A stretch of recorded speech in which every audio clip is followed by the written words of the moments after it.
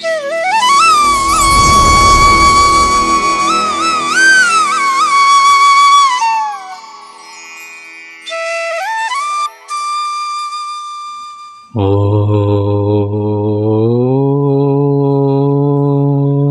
శ్రీ సచ్చిదానంద సమర్థ సద్గురు సాయినాథ్ మహారాజ్ కీ జై. ముందుగా సాయి భక్తులందరికీ నమస్కారం అండి. వీడియో చూస్తున్న ప్రతి ఒక్కరిపైన ఆ సాయినాథుని ఆశీస్సులు ఉండాలని, బాబా గారి భక్తులందరూ ఎప్పుడూ కూడా ఆనందంగా సంతోషంగా వారి జీవితాన్ని గడపాలని మనస్ఫూర్తిగా కోరుకుంటూ ఈ వీడియోని స్టార్ట్ చేస్తున్నాను ఫ్రెండ్స్. ఈరోజు బాబా గారు తన బిడ్డల కోసం మరొక చక్కటి సందేశాన్ని అందించబోతూ ఉన్నారండి. ఈ సందేశంలో బాబా గారు ఈ విధంగా అంటూ ఉన్నారు. బిడ్డ, ఒక్క క్షణం ఆగు తల్లి. నేను చెప్పే ఈ మాట విని బయటకు వెళ్ళు. ఈ వార్త నీకోసమే నేను తీసుకొచ్చానమ్మా అని బాబా గారు అంటూ ఉన్నారండి. ఈరోజు బాబా గారు తన బిడ్డలను ఒక్క క్షణం ఆగి బాబా గారి మాట వినమని చెబుతూ ఉన్నారు. బిడ్డ, ఒక్క క్షణం ఆగి నా మాట విను తల్లి. ఈ మాట విన్న తరువాత నీ పనిని మొదలుపెట్టు అని బాబాగారి మాటలలోని పరమార్థం అండి. అయితే బాబాగారు తన బిడ్డలకి ఏం చెప్పాలనుకుంటున్నారో ఆ తండ్రి మాటలలోని పూర్తిగా విని మనం తెలుసుకుందాం. బాబాగారి విధంగా అంటూ ఉన్నారు. బిడ్డ, నువ్వు తప్పకుండా ఈ వార్త విని తీరాల్సిందే. విన్న తరువాతే నీ పనిని మొదలుపెట్టు.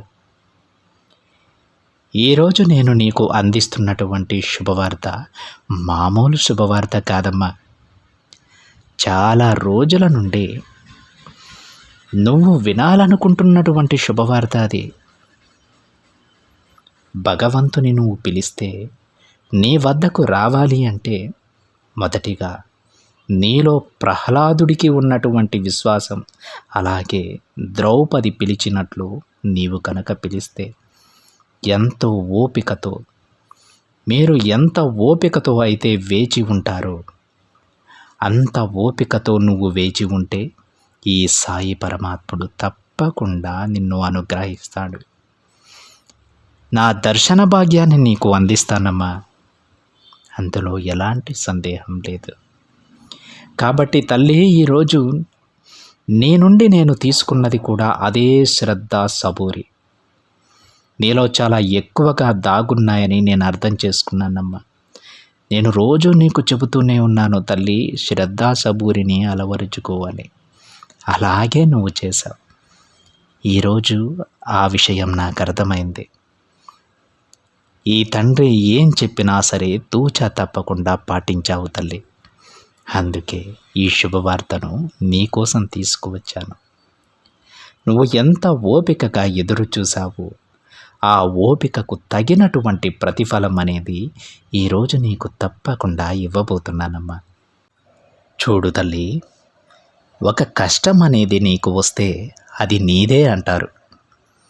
అదే సంతోషం వస్తే మనది అంటారు. సాయం చేస్తే మంచోళ్ళు అంటారు తల్లి. లేదంటే అప్పటికప్పుడే చెడ్డవానివైపోతావు. ధన సహాయం చేస్తే మనోడు, చెయ్యలేకపోతే పగోడు. కాబట్టి ఇటువంటి ప్రపంచంలో బతుకుతూ ఉన్నావు నువ్వు ఎలాంటి సమాజంలో బ్రతుకుతున్నావో ఒక్కసారి అర్థం చేసుకో. ఆలోచించవలసినటువంటి అవసరం ఏమీ లేదమ్మా. వాళ్ళు ఏమనుకుంటారు, వీళ్ళేమనుకుంటారు, ఇలా నీకు నువ్వుగా ఆలోచిస్తూ పదే పదే నీ జీవితాన్ని నువ్వు చిందరవందరగా గందరగోళమైనటువంటి ఆలోచనలతో గడిపేస్తూ ఉండనవసరం లేదు. బిడ్డ, నీ బాబా మాటలు జాగ్రత్తగా ఆలకించు. నీ మనసుకి ఏది అనిపిస్తే అదే చెయ్యి.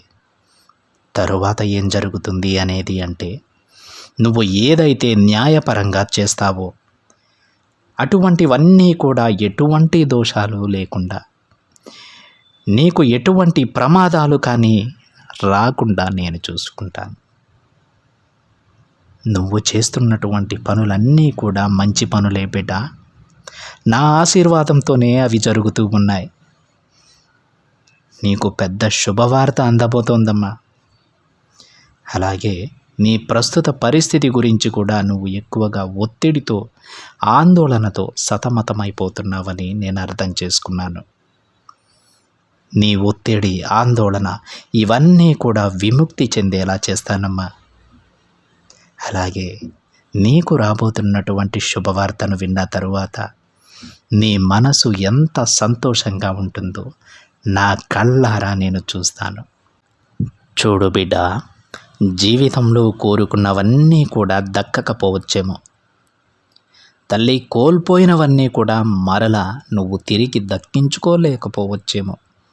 కానీ ఏదైనా కానీ రుణం ఉంటేనే, నీ ప్రమేయం ఏమీ లేకున్నా సరే నిన్ను వెతుక్కుంటూ కొన్ని చేరుతుంటాయమ్మా. రుణం లేకుంటే నువ్వు ఎంత ప్రయత్నం చేసినా కోరుకున్నది, కోల్పోయింది రెండూ కూడా దక్కవు. నువ్వు బాధపడుతున్నా సరే ఇదే నిజం. అందుకే తల్లి, నిన్ను వెతుక్కుంటూ వచ్చిన వాటిని నువ్వు నిర్లక్ష్యం చేయవద్దు. అది వస్తువైనా, మనుషులైనా. అర్థమవుతుందా? అలాగే నిన్ను వదిలి వెళ్ళిన వాటిని గురించి కూడా నువ్వు చింతించవద్దు. లేని ఆనందం కోసం ఉన్న సంతోషాన్ని దూరం చేసుకోకుండా ప్రశాంతంగా గడుపుతూ ఉంటే భగవంతుడు ఇచ్చినటువంటి జీవితానికి సార్థకత, మన వ్యక్తిత్వానికి ఒక విలువ అనేది కలుగుతుందమ్మా. ఈరోజు నువ్వు దానిని అమలుపరిచి నిజం చేసి చూపించావు బిడ్డ. నాకు చాలా గర్వంగా ఉంది తల్లి, నువ్వు నా బిడ్డవైనందుకు. అలాగే నీ మనసులో ఎంతగా అయితే బాధగా ఉన్నా పైకి మాత్రం సంతోషంగా ఉన్నావు కదా తల్లి. నువ్వు దాచితే దాగేది కాదమ్మా, నాకు అన్నీ తెలుస్తాయి. కాబట్టే ఒక వార్త నీ కోసం తీసుకొచ్చాడు ఈ తండ్రి.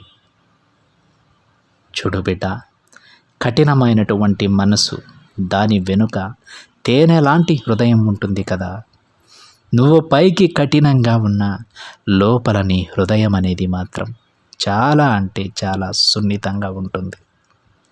ఏ తండ్రికి తెలియదా తల్లి? నువ్వు బయట మాత్రం గంభీరంగా కనిపిస్తావు, కానీ నీ మనసు ఏమిటనేది నాకు బాగా తెలుసు బిడ్డ. అలాగే నువ్వు ఎంత మంచిగా ఆలోచిస్తావో, ఎంత మంచి మనసును కలిగి ఉంటావో అనేది కూడా నాకు బాగా తెలుసు. ఎవరైనా బాధపడినా, సమస్యలు వచ్చినా నువ్వు ఏమాత్రం ఆలోచించవు తల్లి. నువ్వు ఏమీ ఆలోచించకుండా నువ్వు వారికి సహాయం చేస్తావు. కానీ పైకి మాత్రం కొంచెం కోపంగా ఉన్నట్లు కనిపిస్తూ ఉంటావు. అలాగే మాట్లాడతావు కూడా, కానీ నీ మనసు మాత్రం చాలా మంచిది. ఆ మనసే నాకు బాగా నచ్చింది బిడ్డ. మంచి మనసుని ఎవ్వరి కూడా గుర్తించడం లేదని బాధపడుతూ ఉన్నావు కదమ్మా. నువ్వు చింతించవలసిన అవసరం లేదు. నీలో ఉన్నటువంటి ఒక పెద్ద సమస్య ఏంటంటే తల్లి, నిన్ను ఎవ్వరూ కూడా గుర్తించలేకపోతున్నారు. అలాగే నిన్ను తెలుసుకోలేకపోతూ ఉన్నారు. నీ ప్రేమను కూడా పొందలేకపోతున్నారని బాధపడుతూ ఉన్నావు. చూడు, అంత మాత్రాన నువ్వేమీ కూడా అబద్ధమైన దానివి కావు, నిజాయితీ లేని వానివి కావు. నీకున్నటువంటి విలువ నీకెప్పుడూ ఉంటుంది తల్లి. ఎవరేమనుకున్నా సరే నువ్వు మాత్రం నీలాగే ఉండు. నువ్వు నీలో ఎలాంటి మార్పు లేకుండా చూసుకో బిడ్డ. అప్పుడే భగవంతుడు నీ జీవితాన్ని ఇంకా చాలా చాలా మంచిగా, గొప్పగా మారుస్తాడు. చూడు బిడ్డ, కొంతమందిని ఎంత కొట్టినా సరే, ఎంత మందలించినా సరే వారు మారరు. ఎలా అయితే ఒక పాముని ఎంత కొట్టినా అందులోని విషాన్ని మాత్రం వదలదు, అలానే దుష్టులు కూడా వారి చెడు మనసుని మాత్రం ఎప్పుడూ కూడా వదలరమ్మా. వారు మార్చుకోరు.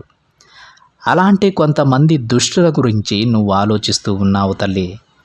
కాబట్టి అటువంటి వ్యక్తుల గురించి నువ్వు ఎంత ఆలోచించినా వృధానే. కొన్ని చెడు వార్తల వలన, చెడు స్నేహితుల సంగమం వలన కొంతమంది మారున్నారు చూసావా తల్లి. వారిని మాత్రం నేను మార్చుతానమ్మా. ఎందుకంటే వారి మంచి మనసుని తిరిగి వారికి మళ్ళీ చూపించి వారు మారేలా నేను చేస్తాను. సరేనా? వారి గురించి నువ్వు దిగులు చెందవద్దు. నేనేం చెబుతున్నానో అర్థమవుతుంది కదా తల్లి? బాగా అర్థం చేసుకో. చెడ్డవాళ్లను ఎంత ప్రయత్నించినా సరే నువ్వు మార్చలేవు. వాళ్ళ గురించి నువ్వు పెద్దగా పట్టించుకోకుండా విడిచిపెట్టు అని నేను చెబుతున్నానమ్మా. చెడుగా మారిన వాళ్ళను మాత్రం మంచిగా నేను మార్చి నీ దగ్గరకు పంపిస్తాను. అర్థమైందా తల్లి? ఈ మాటలు నీకెందుకు చెబుతున్నానో తెలుసా బిడ్డ? నువ్వు పదే పదే చెడు గురించే ఆలోచిస్తూ ఉన్నావు. నీ నుంచి దూరం అయిపోయినటువంటి చెడ్డవారి గురించి ఆవేదన చెందుతూ ఉన్నావు. వారి నిజస్వరూపాలు తెలుసుకోవడానికి ప్రయత్నం చేయి. దుష్టులు ఎప్పుడూ కూడా నీకు దగ్గరకు రారు. నేను దరి చేరనివ్వను. ఒకవేళ కొన్ని మాటల కారణంగా దుర్మార్గులుగా మారితే వారికి గుణపాఠం చెప్పి నీ దగ్గరకు చేరుస్తాను. చూడు తల్లి, నేను చెప్పినట్టుగానే ఒక శుభవార్తను తప్పకుండా నీకు చేరవేస్తాను. ఇక దేని గురించి చింతించవద్దు. అనవసరంగా నీ మనసు పాడు చేసుకోవద్దు. చెప్పాను కదా, ఈ బాబా చెప్తే ఏదైనా సరే చేసి తీరుతారు. నీ జీవితాన్ని అందంగా తీర్చిదిద్దే బాధ్యత నాది. ప్రశాంతంగా ఉండు. ఏదీ కోల్పోలేదమ్మా. నీకు లాభించేది ఏదీ కూడా నువ్వు కోల్పోలేదు. పోయినవన్నీ కూడా నీ మంచికే జరిగాయి. ఇక నీకు రావలసినవి మాత్రం మిగిలున్నాయి. వాటిని తప్పకుండా నేను నీకు అందిస్తాను. సంతోషమేగా? ఇక దేని గురించి ఆలోచించకుండా బాబాపై పూర్తి విశ్వాసంతో ఉండు. ప్రశాంతంగా ఉండు. అన్నీ నేను చూసుకుంటాను తల్లి అని బాబాగారు అంటూ ఉన్నారండి. గొప్ప అదృష్టం అండి ఈరోజు బాబాగారి బిడ్డలకి. ఎందుకంటే బాబాగారు ఏమంటున్నారంటే, ఇప్పటిదాకా నువ్వు ఏదైతే కోల్పోయావో, ఎవరినైతే కోల్పోయావో, ఎవరైతే నీకు దూరంగా వెళ్ళిపోయారో ఏది కూడా నీకు ఉపయోగపడేది కాదు. అందుకే వాళ్ళని నేనే దూరం చేశాను తల్లి. వాళ్ళు దుష్టులు, దుర్మార్గులు, ఎంత చెప్పినా సరే వాళ్ళు మారరు. కానీ కొంతమంది మాత్రం ఎంతో మంచివారు. కొన్ని అపోహల కారణంగా, కొన్ని చెడ్డ వార్తల కారణంగా, అవి వినడం కారణంగా, చెడ్డవారితో స్నేహం కారణంగా వాళ్ళు నీకు దూరం అయ్యారు. నువ్వు భయపడకు. అలాంటి వారిని తిరిగి మళ్ళీ నీకు దగ్గర చేస్తాను. వారికి ఒక మంచి గుణపాఠం చెప్పి వారి మనసు మార్చి మళ్ళీ అదే స్వచ్ఛమైన మనసుతో నీ దగ్గరకు వచ్చేలా చేస్తాను. అదేవిధంగా నువ్వు ఇప్పటి వరకు ఏవైతే కోల్పోయావో వాటి గురించి ఆలోచించవద్దు. ఇకపై నీకు రావలసినవి బాకీ ఉన్నాయమ్మా. అది ఏదైనా సరే, ధనం కావచ్చు, ధాన్యం కావచ్చు, మంచి కావచ్చు, మర్యాద కానివ్వచ్చు, లేదంటే నీకెంతో ఇష్టమైన వారు కావచ్చు, ఏవైనా సరే ఇక నీకు రావలసినవి మాత్రమే మిగులున్నాయి. అవి తప్పకుండా నేను నీకు అందిస్తానని బాబాగారు తన బిడ్డలకు చెబుతూ ఉన్నారు. గొప్ప అదృష్టవంతులండి ఈరోజు ఈ సందేశం విన్నటువంటి బిడ్డలు. ప్రతి ఒక్కరూ విన్న ప్రతి బిడ్డకి కూడా బాబాగారు ఏం చెప్పారు అవన్నీ నెరవేరాలని మనస్ఫూర్తిగా ఆ తండ్రిని కోరుకుంటూ ఉన్నాను ఫ్రెండ్స్. ఇదండి ఈరోజు బాబాగారి సందేశం కనుక మీకు నచ్చినట్లయితే ఒక చిన్న లైక్ చేయండి ఫ్రెండ్స్. మరింత మంది మన బాబాగారి బిడ్డలకైతే ఈ సందేశాన్ని షేర్ చేయండి. మొదటిసారిగా ఛానల్ని చూస్తున్న వాళ్ళైతే తప్పకుండా సబ్స్క్రైబ్ చేసుకుని పక్కనే ఉన్న బెల్ ఐకాన్ని యాక్టివేట్ చేయండి. మరొక బాబాగారి సందేశంతో మరొక వీడియోలో కలుద్దాం. అంతవరకు ఓం సాయిరామ్.